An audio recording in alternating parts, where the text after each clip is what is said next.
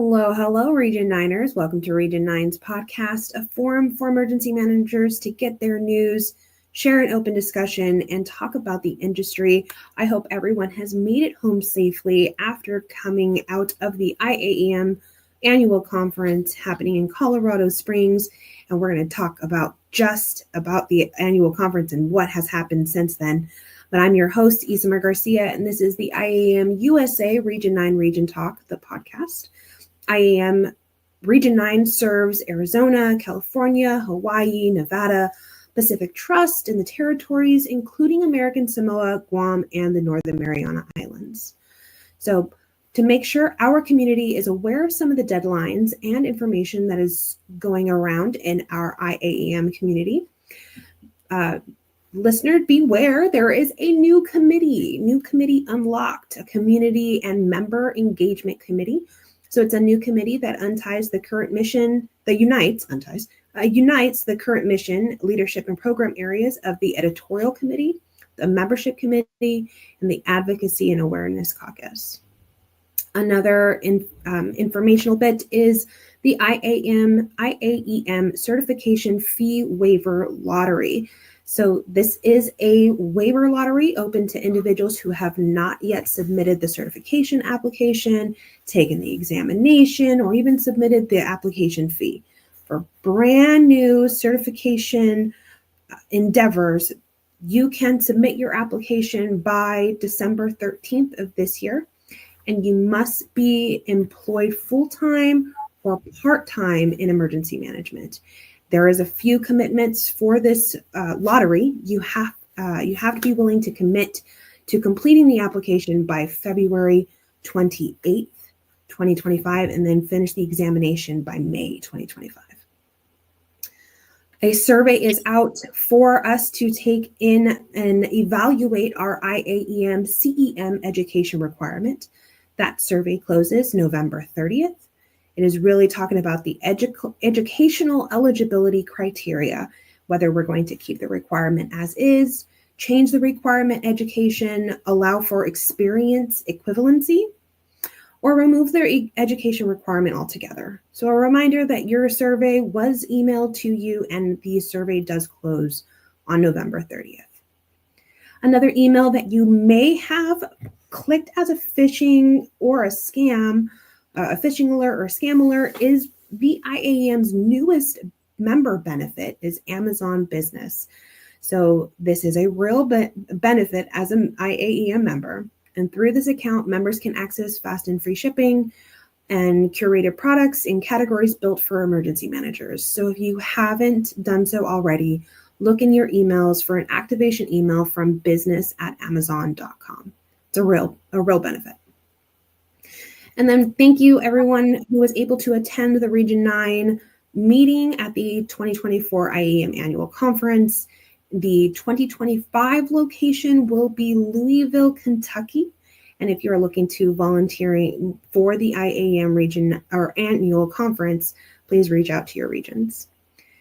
In regards to the regions, please sign up for the Region 9 symposium so you can help plan the regional symposium and volunteer your brilliance of emergency planning into symposium planning. And I hope that you do. It's going to be phenomenal. Moving into our topic. So joining us today is Jorge and Hannah, and they will help us talk about post-IAEM annual conference and any new initiatives.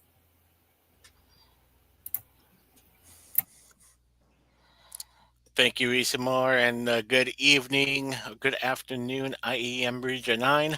I am Jorge Rodriguez, the Community Alert and Warning Program Manager for the County of Sonoma Department of Emergency Management here in California. Hannah, introduce yourself. Thanks, Jorge. My name is Hannah Ritz. I am an Associate Emergency Management Specialist for Ready Zone HQ. It's a disaster preparedness-based consulting firm based in Hawaii, and we focus mostly on planning, training, and exercises. So you have Hawaii and California representing here today, and we were at the 2024 annual conference. Hannah, first time attendee for you, is that right?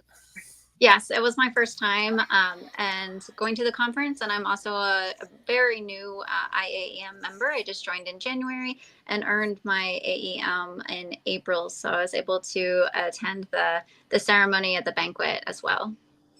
Well, great, and congratulations on the AEM, and now with that lottery again that Isamar had mentioned, there's a potential there for the fee waivers, but hopefully within the next year meet the requirements for the CEM to walk the stage again in 25, and like Isamar mentioned, in Louisville, Kentucky, in November. The 14th through the 20th. So Hannah, if you'll indulge me, just kind of since it was a first time for you going to the conference, kind of what was your general a synopsis? What did you experience being a first time attendee?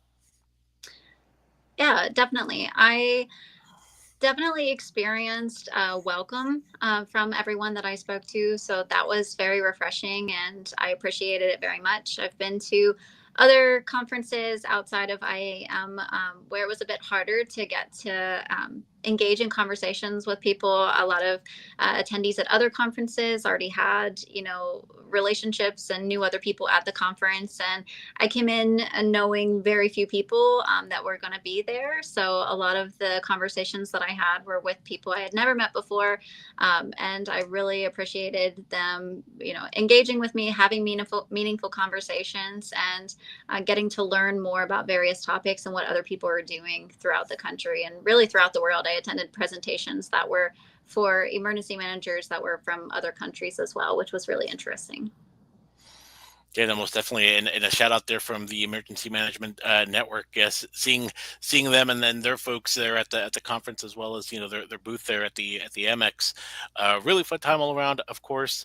You got there first time attendee. Did you participate in any of the networking opportunities that are available there at the conference? I did. I went to a networking palooza workshop on Sunday, really like the first day of kicking off some of the conference sessions before the official start on Monday morning. So that was really useful and helpful, and participated in the Embark networking bingo, which was fun. And so for anyone else that was able to accomplish that bingo card, we were able to add another ribbon to our badges. So I proudly wore my bingo champion ribbon throughout the conference experience too. But those were just a couple that I attended. I also went to the welcome party on Sunday night, as well as a trivia on the first night, which was helpful to get to know some folks. But there might have been some that I missed. So were there others that you were able to attend, Jorge? Yeah, I'm also part of the IAM conference committee, and one of those events that takes place also for first timers, specifically for first timers, is a First Steps mixer that's also held on the Sunday evening. This go around, and just like they did last year, this year they also did a lot of tables and had the Scrabble pieces or the Scrabble tiles. So really, it was a table versus table in order to get a lot of those emergency management jargony letters and acronyms as part of the game. So another benefit there as a first time attendee, and be able to participate and like you said, get to network with folks. So if you didn't know, Hannah, there was almost 2,600 attendees to the conference. Over 20 countries were represented there, so there's a very huge event. So I'm glad you guys were able to get to meet some people and have that networking opportunity. So, uh, what would you say is something to look forward to next year? If we have new members, we have first time attendees for the 2025 conference in Louisville. What would be a takeaway that you had that maybe something that you wish you would have known, but now experiencing it, can pass that information along? Oh wow. So something I wish I would have known going into it is uh, just like I mentioned, the willingness to be open to talking to people and getting to know more people, and how welcoming the individuals that I met were throughout my time at the conference. So I think a lot of people can be nervous about that, the possibility of trying to strike up conversations, but I found that to be a lot easier than I expected. So I definitely wish, someone would have told me that. And I would gladly pass that on to someone who's going to be a first time attendee. I also would encourage anybody to look forward to the sessions. There is a lot of useful information that comes out of those. And then also a lot of really beneficial conversations that take place following those presentations within those presentation sessions. So definitely both aspects of that. And then also within the exhibit hall, I was able to participate in a game. So I would also encourage people to take on any opportunities that they might have during the conference. So I wasn't anticipating in doing that, but it was something that came out in a notification through the conference app that, hey, there's an opportunity to participate in a game, sign up for one of our few slots. So I thought, why not? And I signed up and I was able to meet people that way and learn some new things and also just have a good time. So definitely take on the opportunities that present themselves. Now, are you talking about the game from Captors, the blackout game there that they had at the MX? I am, yes. Were you able to participate in that as well? I took part in that. It was a really new experience for me, kind of on the gaming side. My team was number one there for a little bit, but it turns out we didn't get the top spot there. But it was a really good opportunity, like you said, to meet new folks and to be able to just partake in something that's a little different, not necessarily specific to the conference, but all around good time. Yeah, definitely. And if anyone that's listening was on that top team, I also was not. So definitely feel free to reach out to me after this show and let me know your team secrets, because we were kind of stumped as to how people were that much faster than us. No, a learning experience, right? That's what it's all about. The learning experience. So you mentioned sessions, and there are a lot of session opportunities. What sessions, or what sessions drew your interest? What how did you select the sessions to attend? So I looked at topic for all of them. I also tried not to bucket myself. So there might have been more than one presentation throughout the week focused on a certain topic. For example, there were a few focused on targeted violence or mass violence.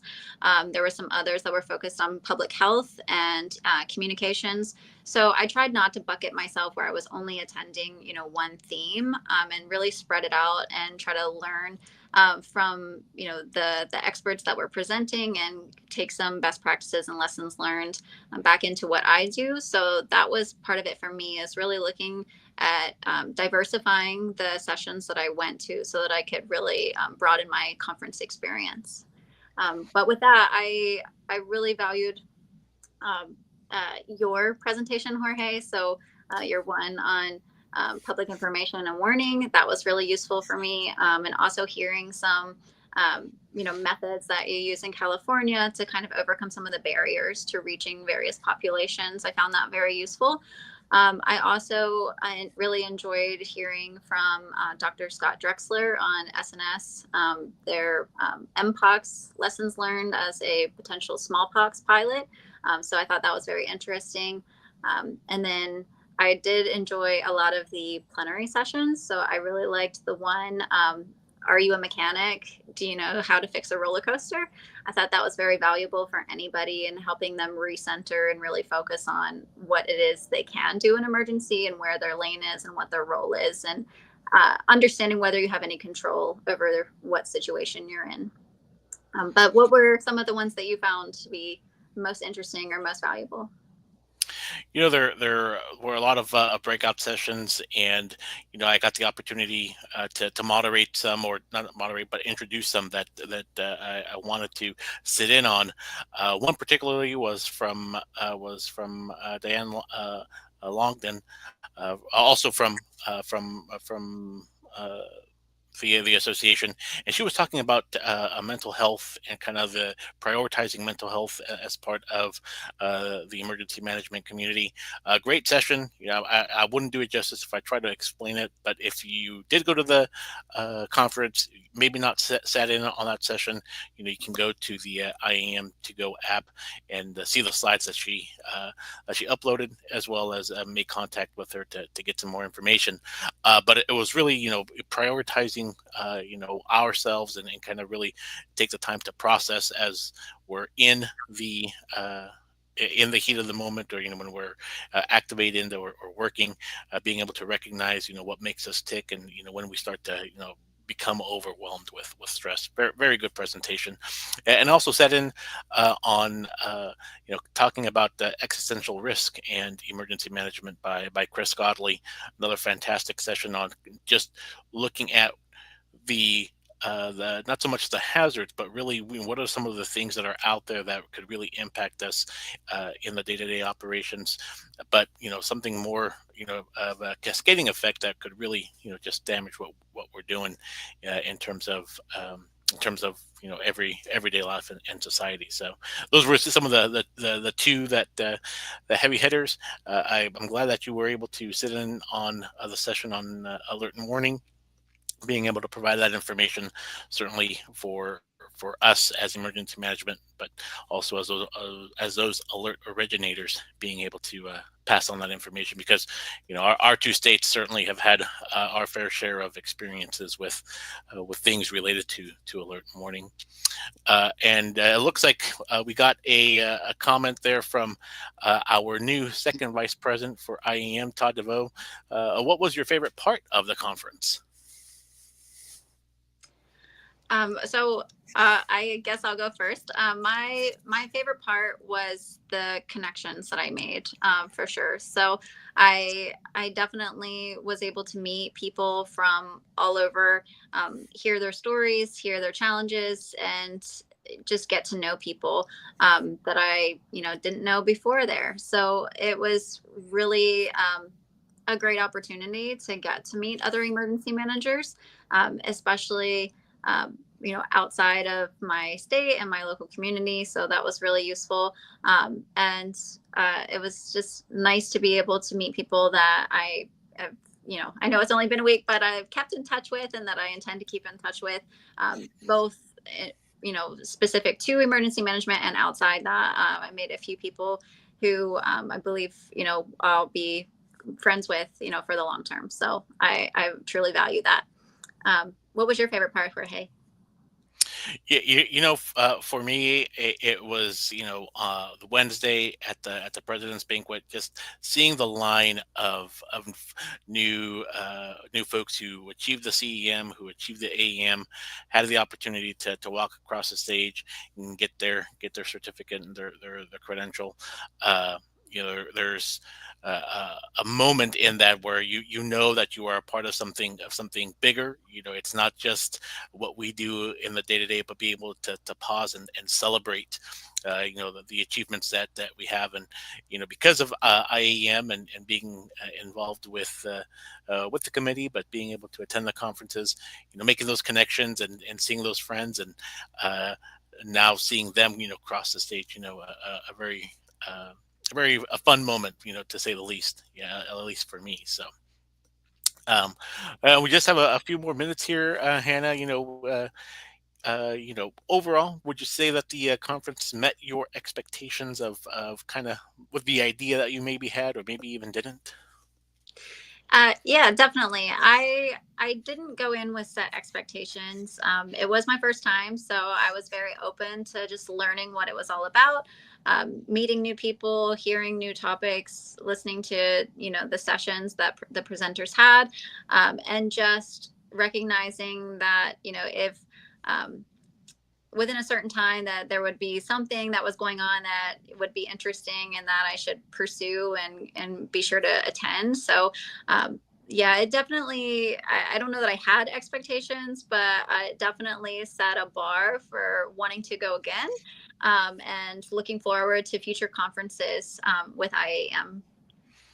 For me, the location, was the first time going to Colorado Springs, first time having the conference at the Broadmoor.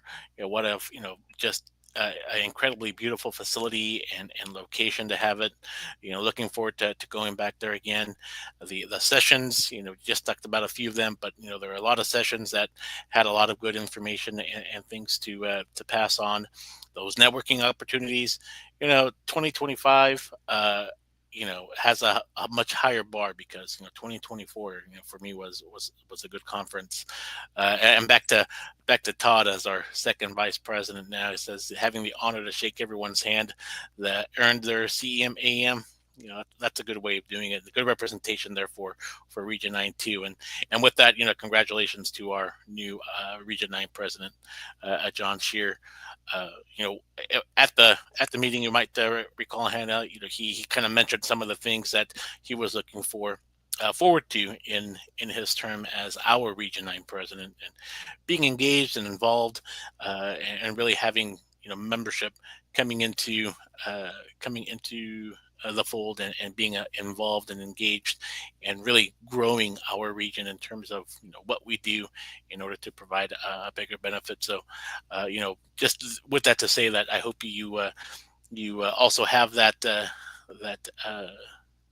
wanting to go out and be involved with the region, because I'm sure we could definitely use all the hands we can get, and Isamar would appreciate that too. So I look forward to uh, engaging with you even as we're across the ocean here. Yeah, that would be great. All right. Well, Hannah, here before we drop off, where could we find you? Do you have LinkedIn, email? I do have LinkedIn, so just look me up at Hannah Ritz. Ritz is my last name. I again am an emergency management specialist for Ready Zone HQ, so that'll be part of my tagline that you can see at the top of my profile. And yeah, let's connect. Yeah, same with me. For the region, Jorge Rodriguez, CEM is how you can probably find me easiest, since there are two Jorge Rodriguez's in the association. So look for the one in California, not for the one in Texas. Even though he's still a good guy, I met him at my first conference, and we've connected ever since. So. Shout out to Jorge Rodriguez there. And just, as a plug here before we conclude, you see me in my California Emergency Services Association gear here. We're having our annual conference in May in the San Francisco Southern Bay Area, the 5th through 9th, the 5th through 8th in 2025. So making invitation and extending that invitation to you as well, Hannah. Isamar, anything we're forgetting? A picture of two Jorges every conference. That is needed. I need that in my life. But thank you so much, Anna and Jorge, for discussing the post IAEM annual conference vibes. Networking opportunities such as conferences and symposiums, they really provide valuable insight.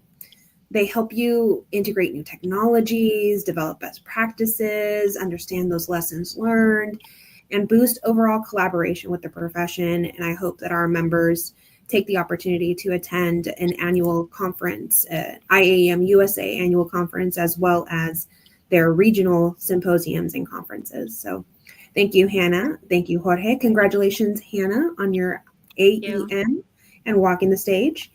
And I want to take the time to thank our Region 9ers for joining us. And as always, we owe a big thank you to the man on the controls behind the screen, Brian at Sitch Radio, for being awesome, our awesome producer and clicking buttons and doing things. We couldn't do it without him. So just a reminder, if you haven't already, follow IAEM Region 9 on all our social media platforms. That's Instagram, Facebook, LinkedIn, and Twitter. Our handle is at IAEMR9. Follow us there to get the most recent updates of what is happening. So keep on rocking, Region 9. We appreciate you.